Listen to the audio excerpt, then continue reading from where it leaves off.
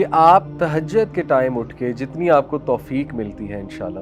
آپ تہجد کے ٹائم اٹھ کے اپنے لیے خاص دعا کرو اللہ سے، اور اللہ کو ایسے جملے کہو کہ اللہ میں سب سے جو ہے وہ نا امید ہو چکی ہوں اور میں نے ہر چیز ٹرائی کر لیا، یا رب آپ ہی شفا دینے والے ہیں، میری ساری کی ساری امید آپ سے ہے، گناہوں سے بچو۔ آئی نو دس از ویری ہارڈ، جب بندہ ڈاؤن ہوتا ہے تو گناہوں میں بھی پڑ جاتا ہے، ڈی موٹیویٹ ہوتا ہے نا، تو بندہ جو ہے ادھر ادھر نکل جاتا ہے، ڈائیورٹ ہو جاتا ہے۔ بس ایک بار ذہن سے نکال دو کہ مجھے کوئی مسئلہ نہیں ہے اور استغفار کرو، اے اللہ میری غلطی ہے، میری غلطی ہے، استغفر اللہ توب الیہ، استغفر اللہ توب الیہ، کیونکہ نبی صلی اللہ علیہ وسلم نے فرمایا جو کثرت استغفار کرتا ہے اللہ تعالیٰ اس کے لیے ریلیف ضرور نکالتا ہے اور اسے وہاں سے دیتا ہے کہ اس کا گمان بھی نہیں جاتا۔ جب تم پہ شدید ڈی موٹیویشن، مایوسی اور غم حاوی ہوگا تو اس دوران، اس مومنٹ میں تم نے وہ الفاظ اور وہ دعائیں کہنی ہیں جو ہمارے نبی کہا کرتے ہیں، ادھر ادھر کی چیزیں نہیں کہنی۔ جس کی جان پہ بنی ہوتی نا، جو بہت زیادہ پریشان ہوتا ہے وہ کچھ بھی کرنے کے لیے تیار ہو جاتا ہے، ٹھیک ہے، وہ ہر ایک کے پاس گیا ہوتا ہے، اس نے تو پیسے کتنے لگائے ہوتے ہیں، وہ تو عاملوں کے پاس گیا ہوتا ہے، تو کیا یہ 10 چیزیں اس کے مقابلے میں کوئی بہت لمبی لسٹ ہے؟ میں تو نہیں سمجھتا۔ انشاءاللہ یہ 10 چیزیں کی جا سکتی ہیں، تو ان 10 چیزوں کو ٹرائی کریں۔ پچھلے دنوں ایک واقعہ پڑھا میں نے جو میں سب کے ساتھ شیئر کرنا چاہتا ہوں فار ایوری ونز بینیفٹ۔ اس میں دیکھیں کوئی دوسری رائے نہیں کہ آج کل بہت مشکل ٹائم چل رہا ہے، ملک کی بات کی جائے تو اس حوالے سے ملکی حالات کی بات کی جائے، مہنگائی کی بات کی جائے، یا اوور آل سٹریسز کی بات کی جائے، اوور آل لائف کافی سٹریسفل ہو گئی ہے بیکاز آف ویریس فیکٹرز، اور سوالات بھی بہت اس پہ آتے ہیں۔ کچھ لوگ گھریلو حالات کی وجہ سے پریشان ہیں، کچھ لوگ فیملی ایشوز کی وجہ سے پریشان ہیں، کچھ لوگ اولاد کے کچھ ایشوز کی وجہ سے پریشان ہیں، کچھ لوگ بے اولادی سے پریشان ہیں، کچھ لوگ جو ہے وہ ان امپلائمنٹ سے پریشان ہیں، اسی طرح کچھ لوگ جو ہے وہ ہارٹ بریک سے پریشان ہیں، کسی کو کوئی چیز نہیں ملی، ریجیکشن ہو گئی ہے لائف میں، اس حوالے سے پریشان ہیں، کچھ بزنس ایشوز کے حوالے سے پریشان ہیں۔ تو یس، پریشانی تو آپ کو پتہ ہے کسی نہ کسی شکل میں آتی رہتی ہے زندگی میں، اور زندگی میں ups and downs they are part of life. But یہ واقعہ بڑا امیزنگ ہے، واقعہ ہے ایک سسٹر کا، انہوں نے خود یہ واقعہ سنایا اور میں نے ایک جگہ پڑھا تو میں نے کہا سب کے ساتھ فائدے کے لیے انشاءاللہ ضرور شیئر کروں۔ یہ واقعہ وہ سسٹر خود سناتی ہیں کہ ان پر بہت سخت قسم کا کالا جادو ہوا، سحر، بلیک میجک، جس کی وجہ سے ان کی صحت بہت ڈاؤن رہتی تھی اور ان کا رشتہ نہیں ہو رہا تھا۔ مطلب کافی زیادہ رشتے آتے تھے، لیکن جب رشتہ پکا ہونے والا ہوتا تھا تو ایک دم سے جو ہے وہ رشتہ بریک ہو جاتا تھا فار نو ریزن، اور شی سیڈ کہ میں بالکل تھک گئی، اور یہاں تک کہ ان کے ذہن میں آنے لگا کہ میرے ساتھ یہ کیوں ہوا، یعنی میں نے کبھی کسی کے ساتھ کچھ برا نہیں کیا ایویڈنٹلی، تو اللہ تعالیٰ کیسے الاؤ کر رہے ہیں اس ساری چیز کو، یعنی ان کے ذہن میں وسوسے بھی آنے لگ گئے اس کے حوالے سے۔ دیکھیں آئی نو کہ کبھی کبھی ہم بہت زیادہ سپرسٹیشیس بھی ہو جاتے ہیں چیزوں کو لے کے کہ جادو ہو گیا، جادو ہو گیا، ہر چیز پہ کہتے ہیں بندش ہو گیا، لیکن یہ میں آپ کو ایک ایسا واقعہ سنا رہا ہوں جہاں ایک جینون کیس ہے۔ دیکھیں جادو کا کمپلیٹ انکار بھی تو نہیں کرنا چاہیے نا، تو یہ ایک جینون کیس ہے سحر کا، اور وہ سسٹر خود بتاتی ہیں اپنا واقعہ۔ بہرحال ہیلتھ ایشوز، اور پھر دوسرا یہ والا جو چکر چل رہا ہے۔ شی سیڈ کہ میں نے بہت میڈیسنز کھائیں، سائیکیٹرسٹ کے پاس بھی گئی، کاؤنسلنگز کروائیں کئی بار، یعنی دنیا کا ہر وہ علاج جو پاسبل تھا وہ میں نے ٹرائی کر لیا، ایون میں نے رقیہ بہت بار کروایا۔ رقیہ کہتے ہیں اسپریچول علاج ہے ایک، جس میں دم کیا جاتا ہے، اوتھینٹک دم ہوتا ہے، قرآنی سورز ہیں کچھ اور نبوی دعائیں ہیں وہ پڑھی جاتی ہیں، تو انہوں نے کئی راکیز سے جو رقیہ کے ایکسپرٹ ہوتے ہیں ان سے رقیہ بھی کروایا، اینڈ شی سیڈ کہ رقیہ سے آرام آ جاتا تھا، لیکن اس کے کچھ دیر بعد پھر سے وہ ایشوز شروع ہو جاتے تھے، یہاں تک کہ شی ٹوٹلی گیو اپ۔ پھر کسی نے بس ان کو بتایا کہ آپ بس میرے کہنے پہ ایک اسکالر سے ضرور مشورہ کر لیجئے۔ شی سیڈ کہ میں ایک اسکالر کے پاس گئی جو مجھے ریفر کیے گئے، اور ان سے میں نے مسئلہ بیان کیا اور انہیں ساری ہسٹری بتائی کہ اس طرح میں ٹرائی کر چکی ہوں۔ ان اسکالر نے کہا کہ بیٹا آپ میرے کہنے پہ یہ 10 چیزیں ٹرائی کرو، ہر چیز آپ نے ٹرائی کر ہی لی ہے تو چلو یہ 10 چیزیں ٹرائی کرنے میں کوئی حرج نہیں ہے، لیکن آپ نے مجھے پرومس کرنا ہے کہ آپ یہ 10 چیزیں کرو گی، اور during while you are doing that تو ہو سکتا ہے آپ کو بہت ڈی موٹیویشن آئے، بہت ڈاؤٹ آئے، لیکن آپ نے صبر کرنا ہے اور آپ نے جمے رہنا ہے انشاءاللہ، اور آپ نے کچھ بھی کر کے ان چیزوں پہ عمل کرنا ہے۔